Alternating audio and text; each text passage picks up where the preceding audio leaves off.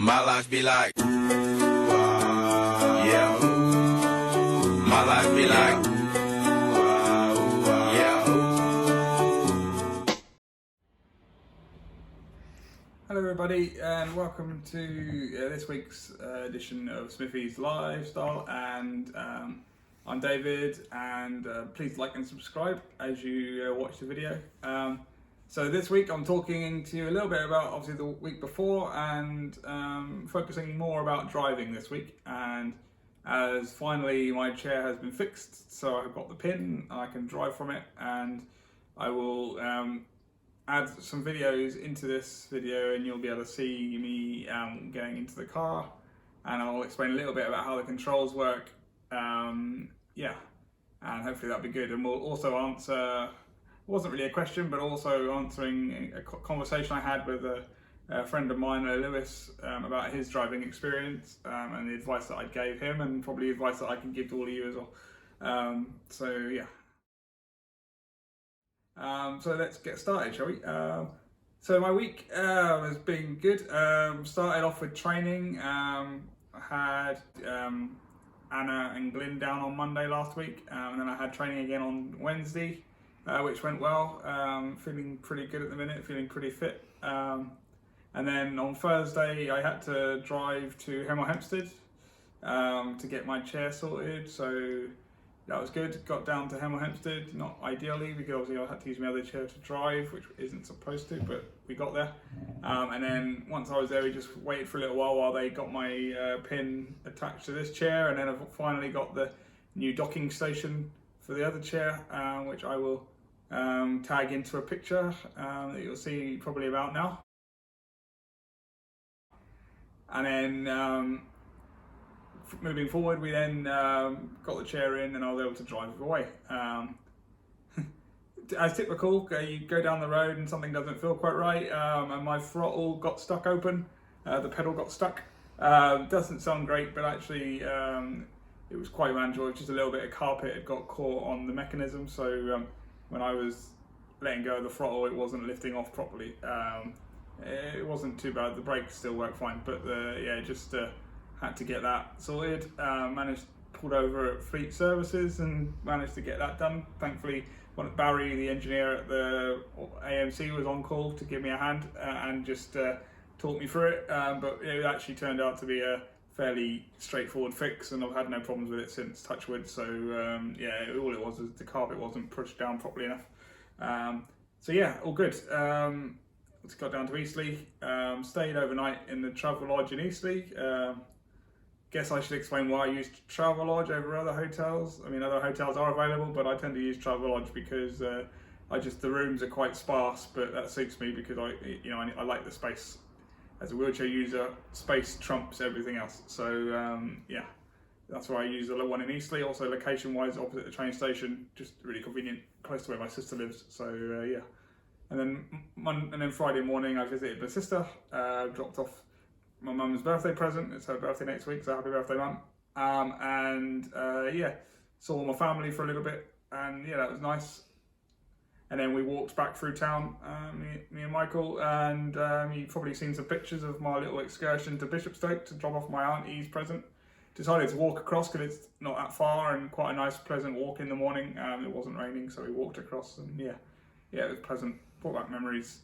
Gave the chair a chance to run it out as well, and yeah, it did all right on the interesting on the pavements and the different sort of slopes and stuff. So yeah, another sort of testament to the chair, and it seems to be okay. So happy days. All worked good. Actually had a meeting around that time with the squad. We had an update from medical team regarding Christmas and COVID and all this sort of stuff. I'll go into more details with this next week, but for you guys as a summary, they're just talking about different things like COVID won't stop when they open up for Christmas. So it's really important for all of us to stay safe and to bear in mind that it's a political decision, not a scientific one. So we need to be careful. Yeah, there's been scientific evidence that vitamin D and zinc are proven to be effective fighting against COVID, so that there's scientific evidence that they have a benefit.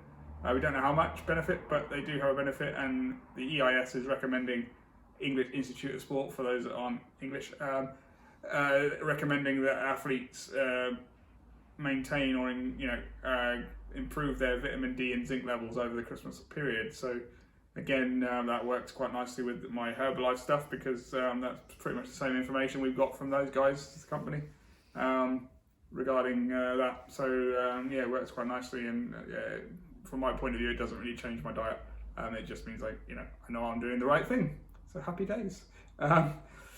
Then back to the chair. We then drove to Weymouth, because my carer Michael wanted to see Weymouth, so I went to Weymouth. On the way back to Swansea, it's a little bit of a dog leg, but it was okay. It was a nice trip, and I was able to have a meeting with the Welsh Institute of Sport when we was down in Weymouth. Only a quick one, nothing too major, but talking about setting up a boccia league in Wales, so that'll be quite exciting. And I've been pushing for that for a long time. So yeah, that'll be exciting for anybody who lives in Wales. Obviously very early days, and we haven't got anything signed off yet, but that's where we're going with it, and we're hoping to get something sorted in the new year. And yeah, so exciting times for everybody. So once COVID is all done, things are looking up. And so yeah, and that was pretty much it. Then I drove back to Swansea, which was alright, a decent drive back. Not really a fan of the M5, but yeah, it wasn't too bad. So yeah, all good. And then going back to the controls. So again, now the car is sorted, and how I get into the car.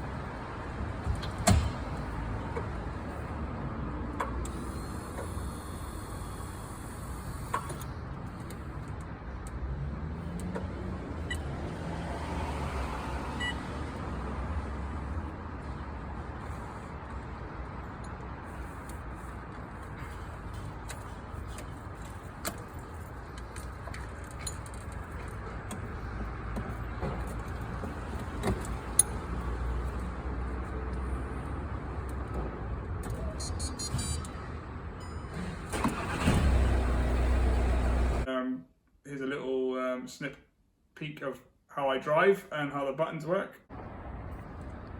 Hello everybody, so you've just seen me getting into the car finally in my proper chair. So this is my chair in proper position.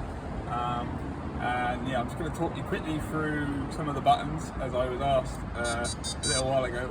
I was asked a little while ago to describe some of the buttons. So firstly, so this is my control pad. So this is the set that does all my main controls. So first thing first is to turn ignition on. So the ignition button, and then I have to. So this is gas brake. I have to put my hand on the brake to push it forward, and then I can start the ignition. So a bit like a normal car where you put your foot on the brake and then start the ignition. So with engine on, I also have lights, so I can operate side light, headlight, rear fog light if I need to, but I don't really need to because I've got automatic lights, so I keep them switched off. Hazard lights if I need them. This turns the fan off and on and off. This is an assist button. If I ever have a breakdown, I can call that and it will patch me through to the guys to pick me up. These two buttons are for windows, so that's left passenger side electric window, my windows, and then this button only works when the engine's switched off, but it's actually to operate this so that it lifts it out of the way. This is my steering wheel. This is the parking brake, so it's on at the minute, but if I switch that, it takes the brake off. and brake back on. And then this operates the rear door, so I can actually start the rear door up by opening that off, and the rear door opens up. So other controls, so we have gas and brake, so pull back to gas. I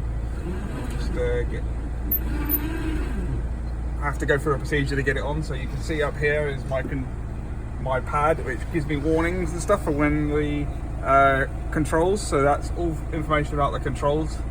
So any warnings will flash up on there and it'll give me a heads up as to what I'm doing.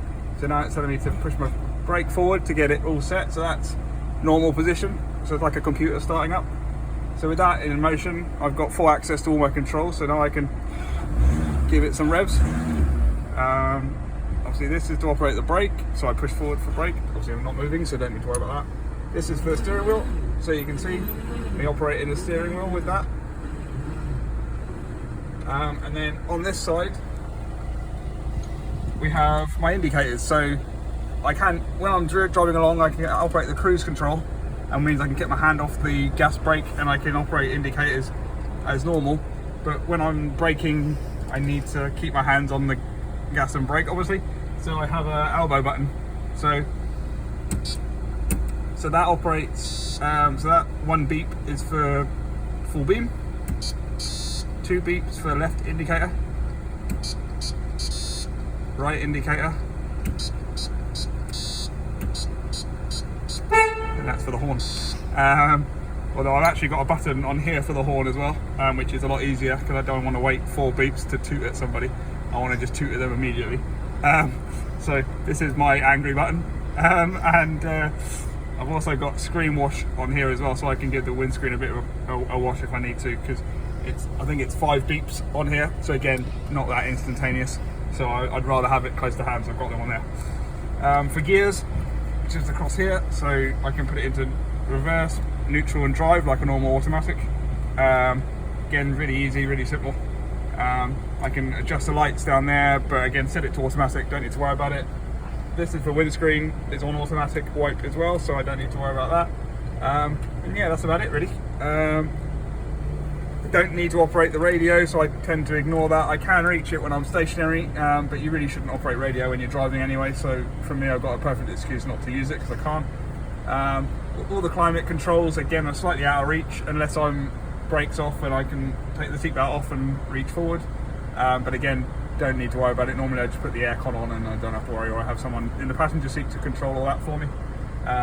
So yeah, that's all it is really. And switch the engine off.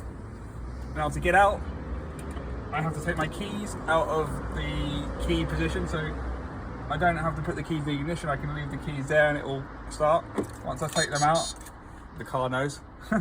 I raise up the control out of the way, and I'm still technically locked in, so the car won't let me go, as you can see. Totally stuck. So I have to push this little button up here, and then I'm free. And then the car lets me out, but that'll only work when the engine's off. Then I open up the boot,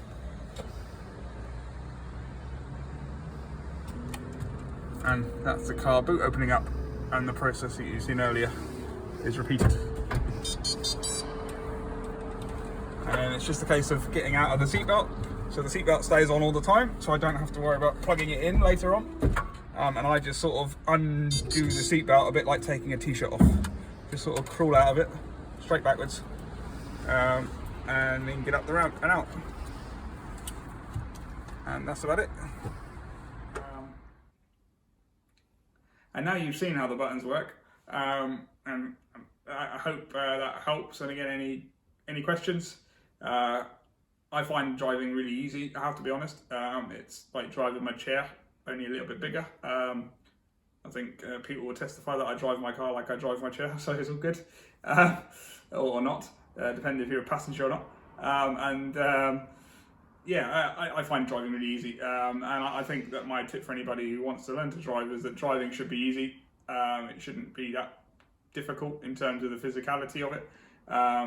So again, if your controls are in a way that makes it physically tiring for you, or you find it a physical impossibility, then perhaps the controls aren't right for you. Or obviously the worst case scenario is that you're not physically able to drive. Although I believe that's not really the case nowadays. Most of the time it's to do with a badly implemented control system rather than a issue with physicality, because the different types of control that there are numerous, and yeah, I don't take that as an excuse. I think I've seen enough people that can drive perfectly competently with very limited range of movement, very limited function, and have absolutely no problems. So if you're struggling to drive and you have a fairly reasonable physicality about you, and you're finding it difficult, like my friend Lewis was, my advice to you is have a look at it, see if you can make it easier for yourself. Don't accept it as it is. Motability, or in the UK, Motability works by a funding scheme, so they'll fund you for the control they think you need, and obviously they have a limited budget, so they will always try and give you the cheapest option, and you've got to kind of argue that you want whatever you need, and you need to prove it. So again, it's not accepting things. I remember when I first got my car, I ended up with, I didn't actually have a mini wheel, as you saw in the video. I actually had a double stick joystick, so I had a joystick in my left hand as it was in the video, and I had another joystick on my right hand which went left and right, but it was so sensitive I couldn't, it was way too sensitive for me, and basically the only way I could steer it was full lock, dead straight, and then full lock the other way. So as you can imagine, going around any sort of corner or roundabout was a bloody nightmare. So for me, I got that changed quite quickly. I realised it wasn't right, and I was confident enough in my own ability that it wasn't the right setup for me. And yeah, so I went back and I requested a wheel or something, and they came back to me with, a mini wheel, and I said, yeah, that sounds good, I want to try that. Eventually I got the funding for it to be put on the car, and as soon as I had it, it was instant euphoria. It was made for me, you just get in it and it just felt so easy and natural. So I've had that ever since. Had other issues with buttons, so like the buttons that I explained in the video, they weren't always in those positions. So where my horn and my windscreen wash was, I had the beeper button that I now have on my elbow was there, and again that was an impossibility because I had to let go of the throttle to operate the indicators, and just waiting for that beeper system to give me the right number of beeps. It just wasn't efficient, and pretty unsafe, to be honest. I actually had an accident when I was learning to drive where I was trying to indicate and I had to let go of the steering to do it, and I couldn't get hold of the steering again to correct, and I ended up sort of careering into a flight of steps that were at the university, and gave myself a little puncture. So again, yeah, it just proved that it wasn't right, and I got it changed quite swiftly afterwards. I don't know who it was. I think someone gave me the idea for the chicken wing button, as I call it, because I do have to do that to make the to do the action. I don't know, it's probably my squad mates actually. I think we were just laughing about it, and I just, that became a common joke, me having chicken wings, and I just thought, well, hang on, maybe I can put my the button there, mounted it on the door, and it's been there ever since. And yeah, driving is straightforward now. And then obviously I've adapted and moved like windscreen wash and horn onto the next to my throttle pedal if I need it. But yeah, little changes every now and again, but they weren't major issues. It was more the indicators being on my elbow and the steering getting sorted were the two big things for me that took a while to get sorted. But again, controls wise, there's so many different options for people. It's not, my controls wouldn't suit everybody. And again, some people just feel, I couldn't do that, whereas actually they probably could. So yeah, it's been good. And yeah, I would encourage anybody to investigate things if they're finding it difficult to learn to drive, or if they're finding the car not behaving how they want it to behave. Again, it should be fairly straightforward. It shouldn't be too taxing. You shouldn't be knackered after 20 minutes. I mean, yes, it's tiring to drive, don't get me wrong, but if you're tired after 10 minutes, you're not going to be able to use the car very much. And it kind of defeats the object of having a car in the first place if you can't drive more than 10 minutes without getting tired. So yeah, just things like that. Again, it's just having the confidence to know that it's not right for you, and it's not you, it's the controls that are the issue.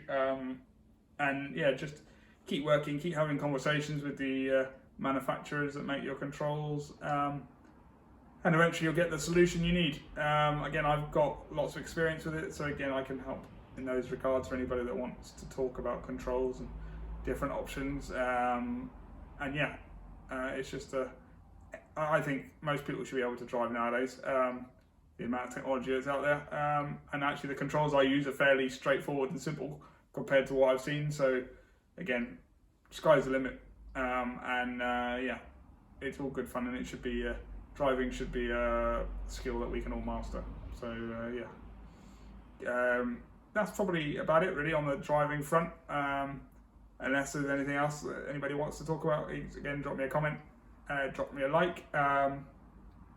I could probably give you some stories actually before we go.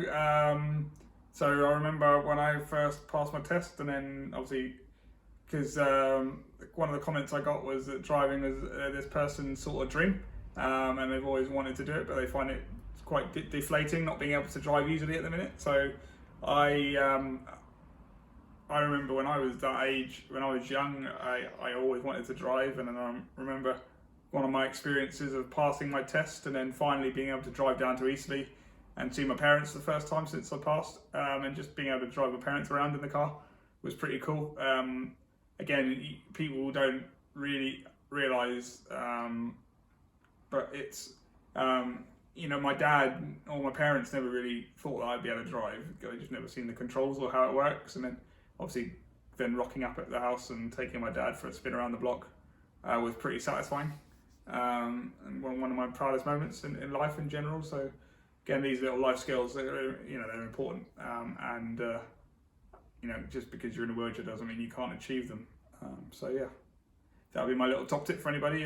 Just go for it. Don't accept mediocrity, and keep pushing through. And yeah, have a good rest of your day, and I will see you again soon.